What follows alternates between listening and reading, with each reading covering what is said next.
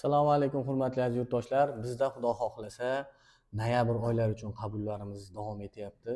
Bormoqchi bo'lgan ziyoratchilarimizni albatta biz kutib qolamiz qo'ng'iroqlarini va endi bu Xudo xohlasa bo'layotgan ziyorat sayohatlarimiz to'g'risida ozgina ma'lumot berib o'tib ketaman. Paketlarimiz standart plus paket 14 kunni o'z ichiga oladi. Uni ichida 3 kun Madina va 11 kun Makka shahrida ziyorat sayohatlari bor. Xudo xohlasa ibodatlar Madina shahridan boshlanadi. Masjidul Nabaviyning atrofida 200-250 metrda atrofida joylashgan mehmonxonalarimiz talabga to'liq javob beradi. Pokiza va ozoda.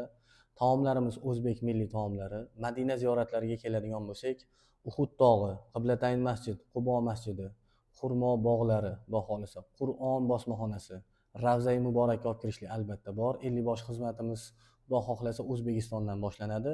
Borib 3 kun Madina-i Munavvarada turilgandan keyin miqot hududida umra amallarini bajarishlik niyat qilingandan keyin Xudo xohlasa Makka shahriga borib bu og'ir amal bo'lgan, ulug' amal bo'lgan umra amallari bajarilgandan keyin Xudo xohlasa 2 kun 3 kun o'tkaziladi, hojilarimizga dam beriladi.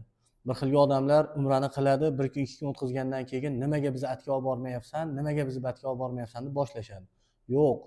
Hamma narsa tartib va intizom bilan bo'ladi bizda, Xudo xohlasa. Hamma narsa rus tilida aytganda по списку deydi, ro'yxat bo'yicha. Xudo xohlasa 3 kun Madinada mana turilgandan keyin Makkaga borib umralar qilingandan keyin 2 kun 3 kun albatta hojilarga dam beriladi. Dam berilgandan keyin o'zi 50 bosh aytadi, ertaga mana bu vaqtda to'planamiz, Makka ziyoratiga chiqamiz deydi. Makka ziyoratiga Arafot, Jamarot, Mino, Muzdalifa, Savr g'ori, Xiro g'orlari kiritilgan. Xudo xohlasa va Makkani ko'zga ko'ringan tarixiy joylari, Saudiya Arabistonining yaqin o'tmishi to'g'risida ma'lumotlar, qo'shimcha joylar, rojixiy masjidga sayohatlarimiz bor Xudo xohlasa. Bemalol Xudo xohlasa borib maza qilib ibodat, ziyorat sayohatlarini qilib kelasizlar va bular bo'lib o'tganidan keyin Qizil dengiz sayohatiga, Jidda shahriga sayohatimiz bor. Xudo xohlasa maza qilib borib dengizni ko'rib, dengizni tarixi, bu dengiz Qur'oni Karimda ham keltirilgan Qizil dengiz. 50 boshlarimiz bu to'g'risida ham albatta ma'lumotlar berishadi. Bu Qizil dengizda albatta ancha-muncha insonni xabari bor. Muso alayhissalom va Fir'avn voqeasi bo'lgan. Mana shu xuddi shu Qizil dengizda sodir bo'lgan shu ishlar. Dengiz ikkiga yoriladi, Muso alayhissalom kiradilar va Muso alayhissalom qavmlari bilan chiqib ketganlaridan keyin dengizning o'rtasida Fir'avn dengiz yopilib o'rtasida qolib ketgan. Xuddi shu ishlar Muso va Fir'avn qissasi mana shu Qizil dengizda sodir bo'lgan.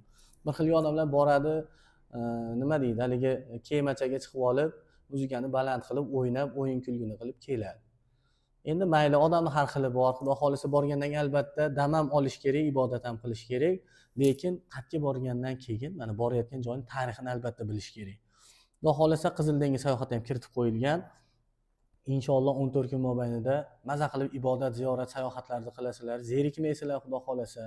Makka shahridagi mehmonxonalarimiz Sama al-Misk mehmonxonasi 900 metr, 800 metr atrofida.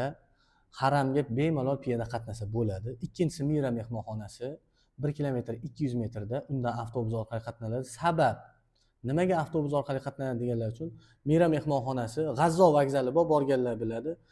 Mana joyda Sama al-Misk bo'lsa, bu tomonida o'rtada tog' bor. Tog'ning orqasida Mira. 3 minutda avtobusda olib chiqib qo'yadi. O'zi 1 kilometr 200 chiqadi. Tunneldan chiqadi, mehmonxonasiga tushadi. Xudo xohlasa sharoitlari zo'r. Sama al-Misk mehmonxonasi 3-4-5 kishilik joylashuv asosida, Mira mehmonxonasi 4-5 kishilik joylashuv asosida. Erkaklar bilan yotadi, ayollar bilan. Yo'q, men oilaviy yotmoqchiman, bola chaqam bilan, ota-onam bilan yo boshqam bilan deganlar uchun Madina shahrida uni qilib bera olmaydi. Makka shahrida 11 kun uchun har bir kishi uchun $110 qo'shimcha to'lov va misol uchun 2 kishi yotaman desa, mehmonxona xonasini $220 ga bron qiladi. Uning ichida endi xonani bron qilish $220 turadi. Uning ichida 4 kishimi, 2 kishimi, 3 kishimi farqi yo'q, bemalol kirib damlanib o'tishadi. Bitta xonani отдельно bron qilib beramiz. Bu sizlar qilayotgan to'lovdan tashqari qilinadigan to'lov bo'ladi. Yo'q, men qo'shimcha to'lov qilmayman desa, mana bemalol o'sha narxning ichida hamma narsa bor, bemalol borib kelishlari mumkin. Endi ziyoratlarga, sayohatlarga hamma narsani Xudo xohlasa batafsil aytib o'tdik. 50 bosh xizmatimiz albatta bor, mehmonxonalarimiz bor. Yaqin masofada joylashgan, oziq-ovqatlari 2 mahal Madinada, birinchi, ikkinchi, 3 mahal Makkada, birinchi, ikkinchi ovqatlar beradi. Hamma ovqatimiz o'zbek milliy taomlari. Turkcha, arabcha, bangladeshcha, indonescha ovqatlarimiz yo'q. Xudo xohlasa povurlarimiz o'zimizdan, inshaalloh O'zbekistondan.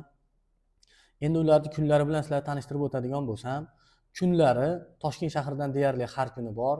Toshkent Jidda va Toshkent Madina yo'nalishida narxi $975 Toshkent Madina, Toshkent Jidda yo'nalishi bo'lsa $965 qilib belgilaganmiz. Endi Surxondaryoni Termiz shahridan 9-chi, 16-chi, 23-chi va 30-chi noyabr sanalariga bor. Termiz Jidda Termiz yo'nalishida 14 kunlik standart plus paket u ham xuddi shu biz aytayotgan sharoitlarga mehmonxonalarga borib tushiladi. Endi uni narxini $1100 qilib belgilaganmiz. Ko'pchilik bo'lsa ozgina chegirma qilib beramiz.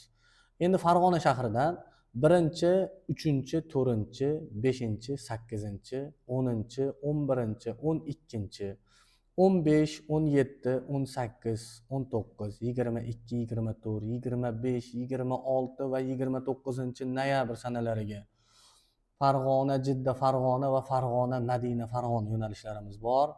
Namangan shahridan 5-chi, 6-chi, 7-chiga 12, 13, 14, 19, 20, 21, 26, 27 va 28 noyabr sanalariga Namangan Jidda Namangan, Namangan Madina Namangan yo'nalishimiz bor.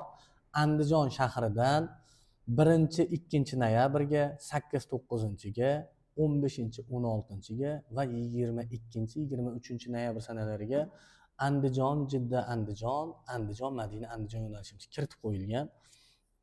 Bularni xudo xohlasa narxlari vodiydan hamma reysimiz Farg'onadan ham, Andijondan ham, Namangandan ham $995 dan.